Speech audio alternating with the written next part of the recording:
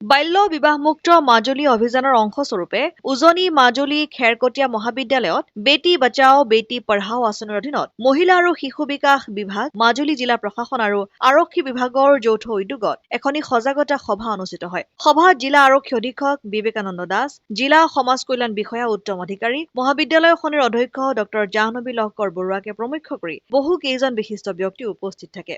সভাত আৰক্ষী অধীক্ষক বিবেকানন্দ দাসে বাল্য বিবাহ ৰোধ আইন, শিশু যৌন নিগ্ৰহৰ সুৰক্ষা আইন পক্সোৰ সম্পৰ্কে মহাবিদ্যালয়ৰ অধ্যক্ষা ডক্টৰ জাহ্নবী লহকৰ বৰুৱাই বাল্য বিবাহমুক্ত সমাজ গঠনৰ প্ৰয়োজনীয়তা সন্দৰ্ভত আৰু জিলা আইন সেৱা প্ৰাধিকৰণৰ আইনী প্ৰতিৰক্ষা অধিবক্তা ৰুণজুন দলে আৰু কৰবী সোণোৱাল আৰু স্বাস্থ্য বিভাগৰ জ্যেষ্ঠ চিকিৎসা বিষয়া নিবাৰণ দলে সমল ব্যক্তি হিচাপে উপস্থিত থাকি বাল্য বিবাহ বিৰোধী আইন 2006 আৰু teenage pregnancy and adolescent health সম্পৰ্কে বক্তব্য আগবঢ়ায়।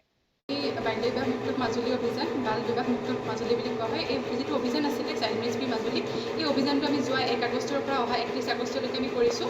আৰু এই অভিযানৰ অংশৰূপে আজি আমি উজনি মাজুলী খেৰকটীয়া কলেজত আমি উপস্থিত হৈছোঁহি। আৰু ইয়াতে আজি আমাৰ ইয়াত বিশিষ্ট অতিথি হিচাপে আমাৰ সন্মানীয় জ্যেষ্ঠ আৰক্ষী অধীক্ষক মহোদয় উপস্থিত আছিলে। তেখেতে আমাৰ ছাত্ৰ ছাত্ৰীসকলক উদ্দেশ্য কৰি পেলাই আমাৰ পক্সো এক্ট, লগতে আমাৰ বাল্য বিবাহৰ যিবিলাক ভয়াৱহতা তাৰ ওপৰত আমাৰ মন্তব্য দাঙি ধৰে। লগতে আমাৰ ইয়াত উপস্থিত থাকে জিলা আইন সেৱা প্ৰাধিকৰণৰ সমল ব্যক্তি হিচাপে উপস্থিত থাকে প্ৰতিৰক্ষা অধিবক্তা ৰুণজুন দলে, লগতে আমাৰ কৰবী সোণোৱাল বাইদেউ।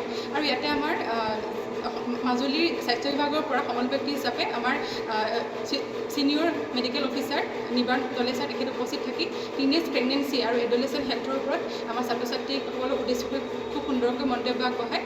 গতিকে চাইল্ড মেৰেজৰ লগত টিনেজ প্ৰেগনেন্সি যি আমাৰ জড়িত আছে, সম্পৰ্ক আছে, সেই বিষয়ে আমাৰ ছাত্ৰ ছাত্ৰীসকলক উদ্দেশ্য কৰি মন্তব্য দাঙি ধৰে। লগতে আমাৰ আজি উপস্থিত থকা উজনি মাজুলী খেৰকটীয়া কলেজৰ মহাবিদ্যালয়ৰ সন্মানীয় অধ্যক্ষ মহোদয়া জাহ্নবী লহকৰ বাইদেউ, তেখেতে আমাৰ ইয়াত ছাত্ৰ ছাত্ৰীসকলক উদ্দেশ্য কৰি মাজুলীত যাতে বাল্য বিবাহ মুক্ত হয় সেইকাৰণে আমাৰ পদক্ষেপ ল'বলৈ ছাত্ৰ ছাত্ৰীসকলকো অনুৰোধ জনায়। লগতে আমাৰ ছোৱালীৰ 18 বছৰ তলত আৰু ল'ৰাৰ 21 বছৰ তলত যাতে বিবাহত আবদ্ধ নহয় তাৰ কাৰণে আমাৰ ছাত্ৰ ছাত্ৰীসকলক সজাগ কৰি তেখেতে মন্তব্য আগবঢ়ায়। অসম আদিত্য, মাজুলী।